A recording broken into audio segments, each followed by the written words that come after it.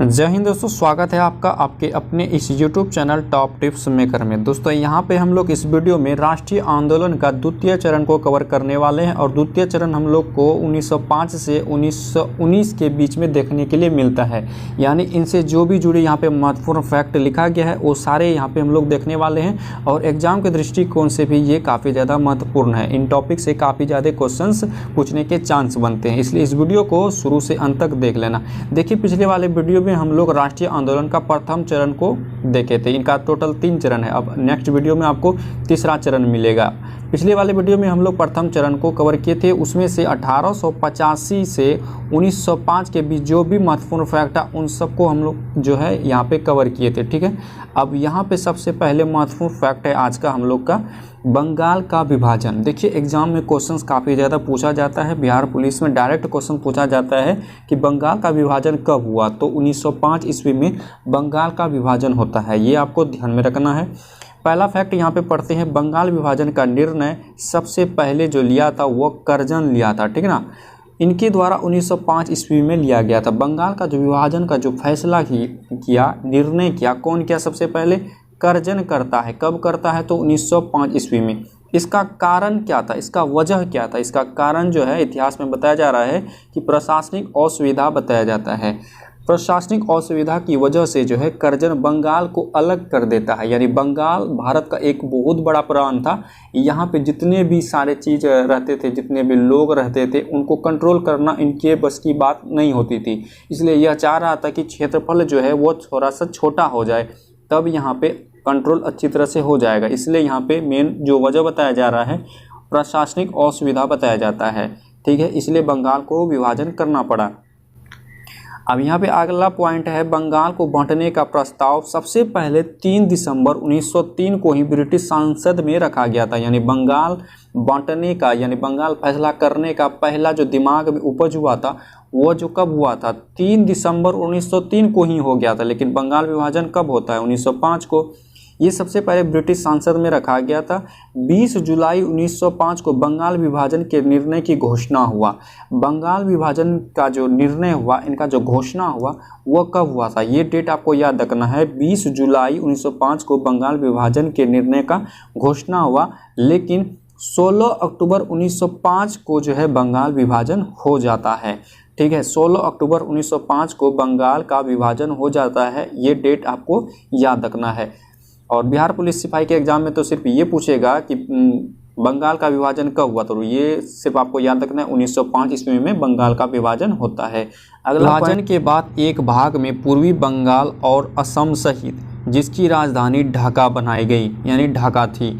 यहाँ पे देखिए ये एक बंगाल है, इसको जब बांटा तो पूर्वी भाग में जो है, इस पूर्वी भाग में बंगाल, पूर्वी बंगाल सहित असम भी सम्मिलित थे और जिसकी राजधानी जो है वो ढाका थी। ठीक है, और यहाँ का जो गवर्नर रहा, प्रथम गवर्नर जो यहाँ पे रहता है वह यहाँ पे है लेफ्टिनेंट ब्लूमफील्ड फुलर। आपको सिर्फ यहाँ पे फुलर याद रखना है, फुलर। यहाँ का प्रथम गवर्नर कौन हुआ जब ये विभाजित किया गया था? तो फुलर यहाँ का प्रथम गवर्नर है। ठीक ना।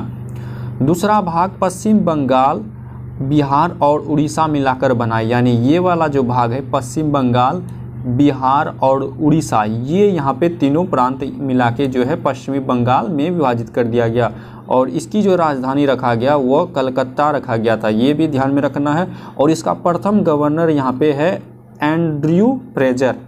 आपको सिर्फ गवर्नर का नाम याद रखना है, ये लास्ट वाला। यहाँ पे देखिए प्रथम गवर्नर जो है यहाँ ये वाला प्रांत का फ्रेजर और ये वाला प्रांत का गवर्नर फुलर। तो फुलर फ्रेजर आपको याद रखना है। ठीक है, अगला पॉइंट यहाँ पे हम लोग देख लेते हैं। अगला पॉइंट है 7 अगस्त 1905 को कलकत्ता के टाउन में स्वदेशी आंदोलन की घोषणा हुई। कब हुई स्वदेशी आंदोलन की घोषणा? तो 7 अगस्त 1905 को ही स्वदेशी आंदोलन की घोषणा हुई। ये कहाँ पे घोषणा किया जाता है? ये कलकत्ता के टाउन हॉल में किया गया था। टाउन हॉल जो होता है वो प्रशासनिक का एक न्यायपालिका का भवन होता है, एक प्रकार का यहाँ पे मीटिंग होता था और यहीं पे घोषणा किया गया स्वदेशी आंदोलन का। ये जो है डेट याद रखना है, 7 अगस्त 1905 को स्वदेशी आंदोलन हुआ।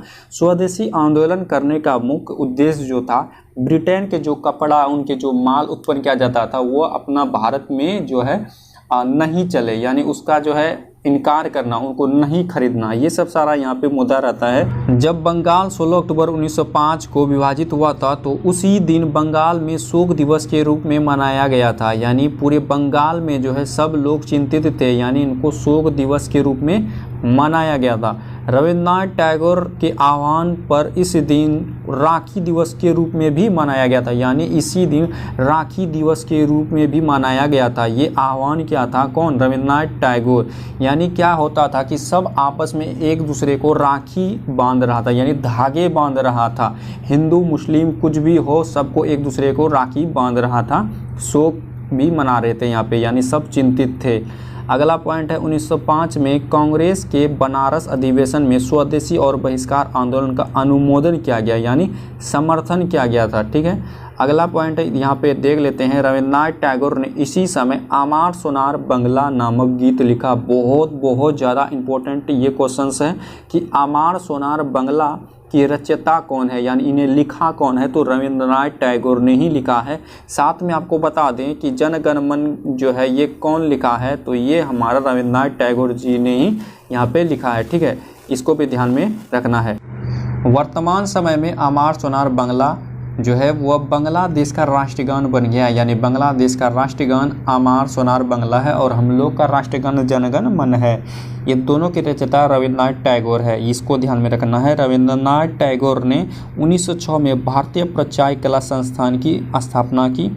स्वदेशी आंदोलन के प्रचार प्रसार के लिए अश्वनी कुमार दत्ता ने बारिशल में स्वदेशी बांधित्व समिति की स्थापना करता है। ठीक है, अगला पॉइंट यहाँ पे देख लेते हैं। 15 अगस्त 1906 को राष्ट्रीय शिक्षा परिषद की स्थापना हुई।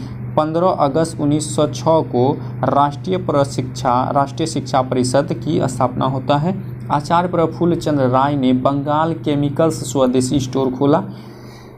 कांग्रेस के 1906 के कलकत्ता अधिवेशन में दादा भाई नौरोजी ने पहली बार स्वराज शब्द का उल्लेख किया।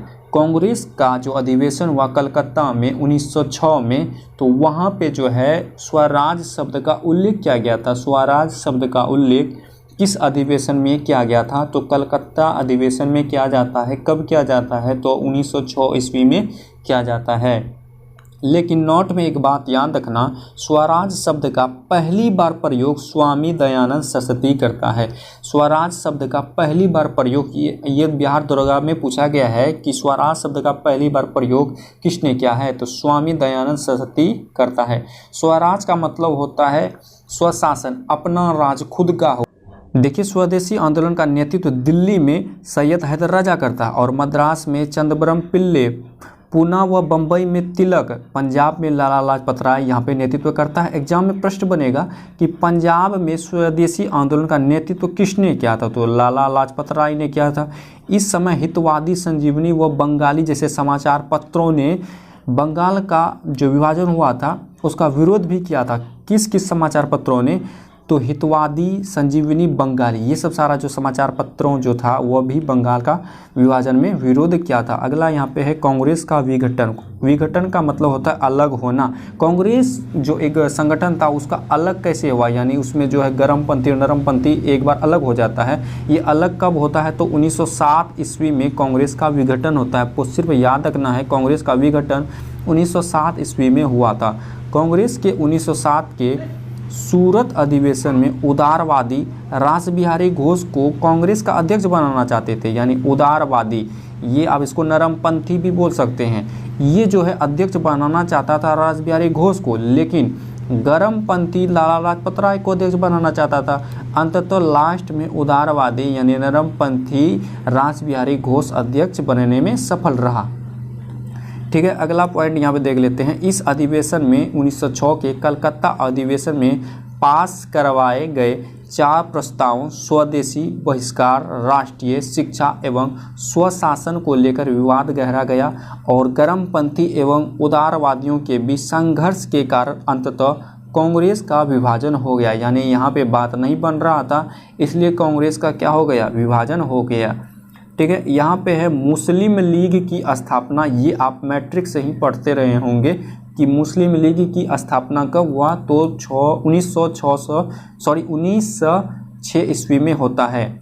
बंगाल विभाजन की घोषणा के बाद हमारा बंगाल जो विभाजन होता है वो कब होता है, 16 अक्टूबर 1905 को हुआ था, ठीक ना। और इनके विभाजन के बाद जो है 1 अक्टूबर यहाँ पे 1906 को आगा खां के नेतृत्व में जो मुसलमानों का एक शिष्टमंडल वायसराय लॉर्ड मिंटो से शिमला में जाके मिला था।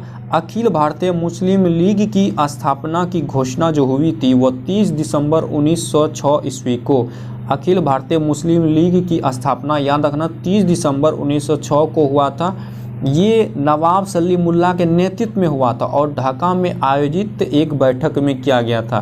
किसका स्थापना, तो भारतीय मुस्लिम लीग यानी अखिल भारतीय मुस्लिम लीग की स्थापना 13 दिसंबर 1906 ईस्वी को किया गया था। इसके प्रथम अध्यक्ष जो रहा वो नवाब वकार उल मुल्क मुश्ताक हुसैन थे। मुश्ताक हुसैन आप याद रखते हैं, अखिल भारतीय मुस्लिम लीग का जो यहाँ पे अध्यक्ष रहा प्रथम वो मुश्ताक हुसैन था। 1908 में अमृतसर में आयोजित मुस्लिम लीग की बैठक में मुसलमानों के लिए एक अलग निर्वाचन मंडल की मांग की गई, जिसकी पूर्ति 1909 के मार्ले मिंटो सुधार द्वारा की गई थी। मार्ले मिंटो सुधार जो है एक अधिनियम है, ये ब्रिटिश द्वारा संसद में जो है इसको पारित किया गया था, ठीक ना। इसको याद रखना है, मार्ले मिंटो सुधार एक अधिनियम है जो ब्रिटिश द्वारा संसद में पारित किया गया था। यह कब पारित किया गया था, तो ये 15 नवंबर 1909 ईस्वी को पारित किया गया था।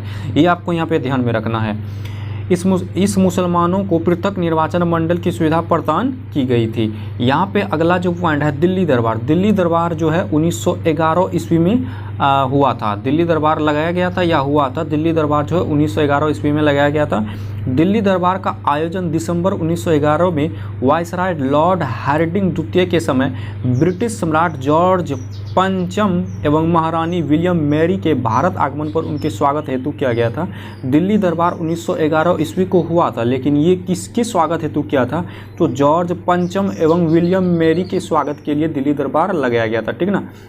अगला है यहाँ पे अरुणडेल कमेटी की सिफारिश पर बंगाल का विभाजन 12 दिसंबर 1911 को रद्द हुआ और कलकत्ता की जगह दिल्ली को भारत की राजधानी बनाया गया। कलकत्ता की जगह जो है भारत की राजधानी वो कब हुआ, जब बंगाल का विभाजन क्या हो गया, रद्द हो गया। कब, 12 दिसंबर 1911 को। और यहाँ पे देखिए 1 अप्रैल 1912 को दिल्ली भारत की नई राजधानी बनी। यानी दिल्ली जो भारत की राजधानी बनी है वो कब बना है, तो 1 अप्रैल 1912 को भारत की राजधानी दिल्ली बना था, ठीक ना। ये थोड़ा ध्यान में रखना, एग्जाम में पूछ सकता है। यहाँ पे अगला पॉइंट है बंगाल विभाजन रद्द होने से बिहार और उड़ीसा बंगाल से क्या हो गया, अलग हुआ। जैसे बंगाल विभाजन जो रद्द हुआ ना, उसके बाद बिहार उड़ीसा ये अलग हो जाता है। असम पुनः 1874 की स्थिति में आ गया। अब असम में सिलहट भी शामिल था। असम में जो है सिलहट भी शामिल हो जाता है, 1874 की स्थिति में आ गया, यानी पहले जैसा हो गया। यहाँ पे देखिए अगला है दिल्ली।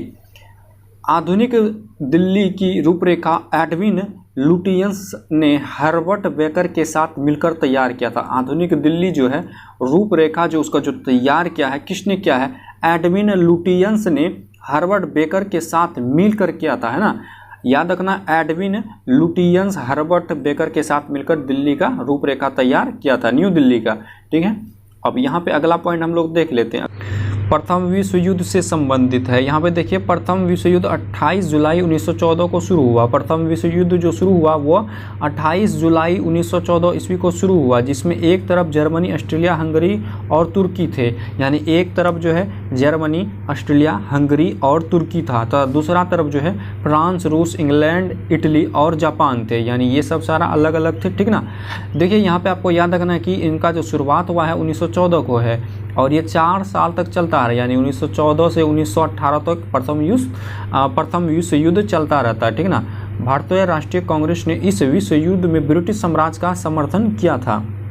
गांधी ने लंदन में एम्बुलेंस कोर बनाई, जो युद्ध में जो घायल होता था उन सैनिकों को क्या करता था, ढोता था इलाज के लिए, ठीक है। ये भी याद रखना है। देखिए और यहाँ पे देखिए दूसरा विश्व युद्ध भी जान लीजिए। दूसरा विश्व युद्ध जो है वह 1939 में शुरू हुआ था, 1945 में ख़त्म हुआ था। यानी यहाँ पे 6 वर्ष जो है द्वितीय विश्व युद्ध चलता है। अब तृतीय विश्व अभी नहीं हुआ है, हो सकता है तृतीय युद्ध भी यहाँ पे हो जाए।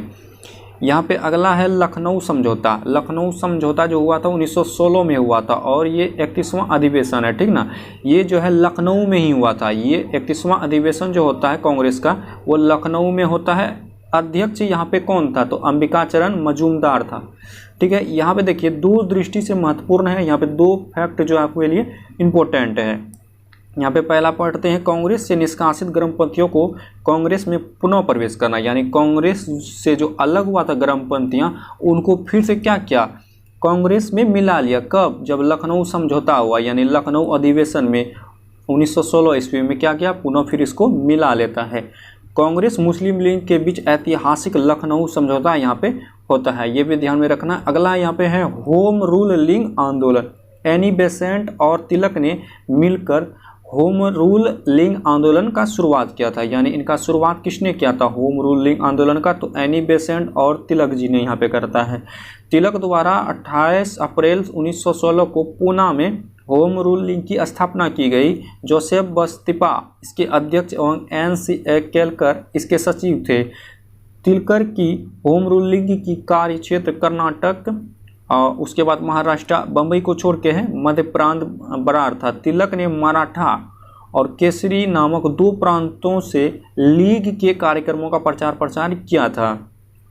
अगला पॉइंट है, एनी बेसेंट ने अपनी लीग की स्थापना सितंबर 1916 ईस्वी में किया था। शेष भारत एनी के कार्य क्षेत्र में था। एनी बेसेंट ने जॉर्ज अरुंडेल को होम रूल लीग संगठन का सचिव बनाया और अडियाल में लीग का मुख्यालय स्थापित करता है, ठीक है। अगला पॉइंट हम लोग यहाँ पे देख लेते हैं। देखिए यहाँ पे जो इम्पोर्टेंट है उन सभी को हम लोग यहाँ पे देख लेते हैं।